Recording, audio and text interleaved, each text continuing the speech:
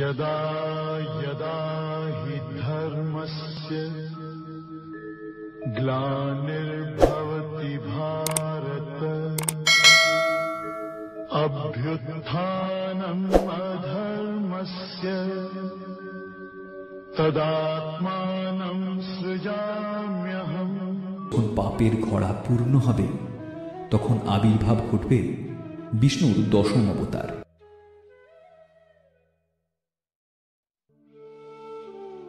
হিন্দু ধর্ম অনুসারে বিষ্ণুর 10 অবতারের মধ্যে শেষ এবং দশম অবতার হচ্ছেন কল্কি অবতার। কলিযুগে পৃথিবীকে পাপের হাত থেকে রক্ষা করবার জন্য ভগবান বিষ্ণুর দশম অবতার কল্কির আবির্ভাব ঘটবে। এই কল্কি অবতার অত্যন্ত আক্রমণাত্মক। তিনি সাদা ঘোড়ার পিঠে চড়ে আসবেন। তার হাতে থাকবে খোলা তলোয়ার। কল্কির অর্থ পাপ বিনাশকারী।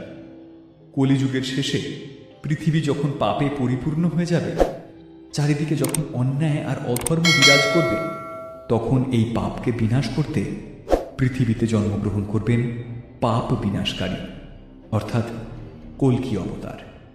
হিন্দু শাস্ত্রের 18টি উপপুরাণের মধ্যে কল্কি পুরাণ অন্যতম। আর এই কল্কি পুরাণে কল্কি দেবের আগমন বার্তা ও মাহাত্ম্য বর্ণিত আছে। কল্কি পুরাণ অনুযায়ী সণ্ডল নগরের প্রধান পুরোহিতের গৃহে জন্মগ্রহণ করবেন বিষ্ণুর দশম অবতার কল্কি। তার পিতার নাম হবে বিষ্ণুযশ এবং মাতার নাম হবে সুমতি। বৈশাখ মাসের শুক্লপক্ষে তিনি জন্মগ্রহণ করবেন। কল্কি পুরাণে আরও বলা আছে, কল্কি অবতারের চরিত্রের মধ্যে 8টি গুণ বর্তমান থাকবে। সে গুণগুলো হচ্ছে প্রজ্ঞা, কুলীনতা, ইন্দ্রিয় দমন, শ্রুতিজ্ঞান, পরাক্রম, দান, বাগ্মিতা এবং কৃতজ্ঞতা। তার বাহন হবে সাদা ঘোড়া। তিনি নানাবিধ অস্ত্র দ্বারা সজ্জিত হয়ে থাকবেন। অস্ত্রে সজ্জিত হয়ে সাদা ঘোড়ায় চেপে তিনি দুষ্টের দমন করবেন। সকল পাপ বিনাশ করে ধর্ম এবং ন্যায় পুনঃস্থাপন করবেন কল্কি অবতার। কল্কি অবতারের এই লড়াইয়ে দেবতারা তাকে সাহায্য করবেন। ভগবান বিষ্ণুর বাকি 9 অবতার পৃথিবীতে আবির্ভূত হয়ে গেছেন, অর্থাৎ তারা সবাই অতীত। কিন্তু কল্কি অবতার আসবেন ভবিষ্যতে। কলিযুগের শেষ প্রান্তে অন্যায় দমন করার জন্য ভগবান বিষ্ণু কল্কি অবতার রূপে পৃথিবীতে অবতীর্ণ হবেন। আবার ভগবদ্গীতা অনুসারে কল্কি যখন অবতার রূপে পৃথিবীতে অবতীর্ণ হবেন, তখন ভগবান বিষ্ণুর অবতার রামের মতোই তার 3 ভাই থাকবে, যাদের নাম হবে সুমন্ত, প্রজ্ঞা এবং কবি। ভগবদ্গীতা অনুসারে কলিযুগে ভগবান কল্কি অবতার কলিযুগের অবসান ঘটাবেন। তিনি কলিযুগের অবসান ঘটিয়ে পুনরায় সত্য যুগ স্থাপন করবেন। কলিযুগের শেষে কল্কি দেব অবতীর্ণ হবেন এই পৃথিবীতে। ভগবান বিষ্ণুর এই শেষ অবতারটি সব থেকে বিধ্বংসী হবেন। ভগবান বিষ্ণুর আরও যে 9টি অবতার পৃথিবীতে অবতীর্ণ হয়েছিল, তারা অধর্মের বিনাশ করে ধর্মকে প্রতিষ্ঠিত করেছিলেন। কিন্তু কল্কি অবতার কেবলমাত্র ভয়ানক শক্তি দিয়ে অধর্মকে ধ্বংস করতে আসবেন। তবে হিন্দু ধর্ম অনুযায়ী কল্কি অবতার শুধু একাই নয়, সমস্ত চিরঞ্জীবী তাকে সমর্থন করবেন।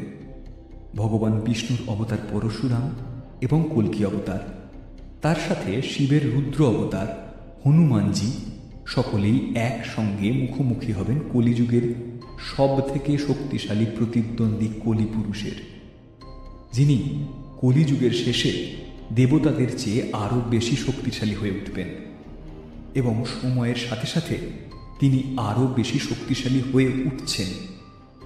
পুরাণ অনুযায়ী কলিপুরুষ সকল মানুষের মনকে নিয়ন্ত্রণ করতে পারেন। মানব জাতি নানা ধরনের বিধ্বংসী হাতিয়ার তৈরি করে ফেলেছে এবং পরস্পরের বিরুদ্ধে যুদ্ধও করছে। এই সময় কলিপুরুষ মানব জাতিকে ধ্বংসাত্মক শক্তি দেবে, যার ফলে সমস্ত মানুষ খুব শক্তিশালী হয়ে উঠবে। ততক্ষণে কলিপুরুষও বিধ্বংসী আকার ধারণ করবে, আর এই পর্যায়ে তার শক্তি অন্য মাত্রায় চলে যাবে। আর সব থেকে গুরুত্বপূর্ণ বিষয়, এই কলি পুরুষকে সমর্থন করবে সাধারণ মানুষ, এবং তারা কল্কি অবতারের বিরুদ্ধে যুদ্ধ করবে। কল্কি অবতার এবং হিন্দু ধর্মের দেবতা চিরঞ্জীবীগণ এই কলি পুরুষের বিরুদ্ধে প্রচণ্ড যুদ্ধ করবে। সেই সময় মানুষও কল্কি অবতারের বিরুদ্ধে যুদ্ধ করবে। তবে কিছু সংখ্যক মানুষ ভগবানকে চিহ্নিত করতে সক্ষম হবে, এবং এই মারাত্মক ধ্বংসের হাত থেকে রক্ষা পাবে পৃথিবী। ভগবান বিষ্ণুর দুটি অবতার কল্কিদেব এবং পরশুরাম এক হয়ে যাবে, আর এইভাবেই কলিযুগের শেষ হবে কলিপুরুষ আর তার পাশাপাশি পাপী মানুষজনদের বিনাশের মাধ্যমে। এই সংগ্রাম বা যুদ্ধ সর্বকালের সব থেকে শক্তিশালী সংগ্রাম হবে। কলিপুরুষদের বিনাশের পর কলিযুগ শেষ হবে এবং পুনরায় সত্যযুগ শুরু হবে। সকল দেব দেবী মুনি ঋষি গন্ধর্ব অপ্সরা এই পৃথিবীর বুকে পুনরায় আবির্ভূত হবেন, এবং পাপের পরিমাণ আবারও এই সত্যযুগে এসে একদম শেষ মানে শূন্য হয়ে যাবে। তবে কলি পুরুষকে হারানো খুব একটা সহজ নয়।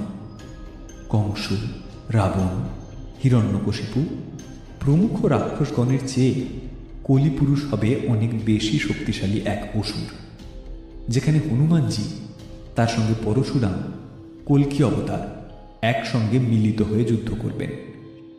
কল্কি অবতারের কথা কল্কি পুরাণ, ভগবদ্গীতা ইত্যাদি বইতে লেখা থাকলেও সঠিক সময়ের আগে তাকে চোখে দেখা যাবে না।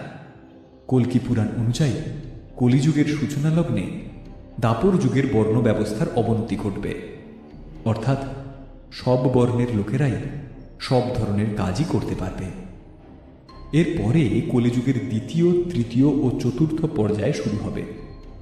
দ্বিতীয় ও তৃতীয় পর্যায়ে মানুষ দেবতাদের পুজো আর্চা করা, যজ্ঞ করা সবকিছু বন্ধ করে দেবে, এবং চতুর্থ পর্যায়ে সারা বিশ্বে স্বজাতি ভক্ষণ প্রথা চালু হবে। আর এই সময় দেবতারা ব্রহ্মার কাছে সমস্ত সমস্যা সমাধানের জন্য একত্রিত হবেন, এবং এরপরই ভগবান বিষ্ণুর দশম অবতার কলিযুগ শেষ করার উদ্দেশ্যে পৃথিবীতে অবতীর্ণ হবেন। কল্কি হবেন ভগবান বিষ্ণুর সর্বশ্রেষ্ঠ অবতার। তিনি পৃথিবীতে এসে সব খারাপ রাজা এবং অশুভ ব্যক্তিদের দূর করবেন বা বিনাশ করবেন এবং সত্য যুগের সূচনা করবেন।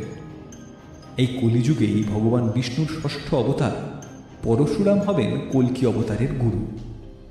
পরশুরাম কল্কিকে বেদ শিক্ষা দেবেন, যাতে কল্কি অধর্মের বিরুদ্ধে লড়াইয়ের আগে নৈতিকতা ও ধর্মের শিক্ষা পায়। এর সাথে সাথে পরশুরাম তাকে ধনুর্বিদ্যাও শেখাবেন, যাতে কল্কি যুদ্ধের সময় সঠিক কৌশলে অশুভ শক্তিদের মোকাবেলা করতে পারে। কল্কি পুরাণে আরও বলা হয়েছে, ভগবান বিষ্ণুর কল্কি অবতার রূপে পৃথিবীতে আসার প্রধান কারণ হল অশুভ শক্তিকে বিনাশ করা, এবং বিনাশ করার পরে তিনি সত্য যুগের প্রতিষ্ঠা করবেন। সত্য যুগের সূচনার মাধ্যমে কল্কি এক সোনালী যুগ নিয়ে আসবে। এরপরে কল্কি তার সাম্রাজ্যকে তার দুই সেনাপতির মধ্যে ভাগ করে দেবেন। এরপর কল্কির মাতা পিতা যথাক্রমে সুমতি এবং বিষ্ণুযশ একটি তীর্থস্থানে গমন করবেন, এবং সেখানেই তারা বসবাস করতে লাগবেন। তাদের কোনো মৃত্যু ভয় থাকবে না, কারণ এরপরে তারা কল্কির সাথে বৈকুণ্ঠে গমন করবেন। পৃথিবীতে শান্তি প্রতিষ্ঠার পর কল্কি বিশ্ব শাসন করবেন। কল্কির গল্প থেকে আমরা শিখি যে মন্দ নয়, সবসময় ভালো জয়লাভ করে। আমাদের কখনোই আশা ছেড়ে দেওয়া উচিত নয়, এবং শেষের পরেই সর্বদা একটি নতুন শুরু হয়। সারা বিশ্বে হিন্দুরা কল্কির পুজো করে।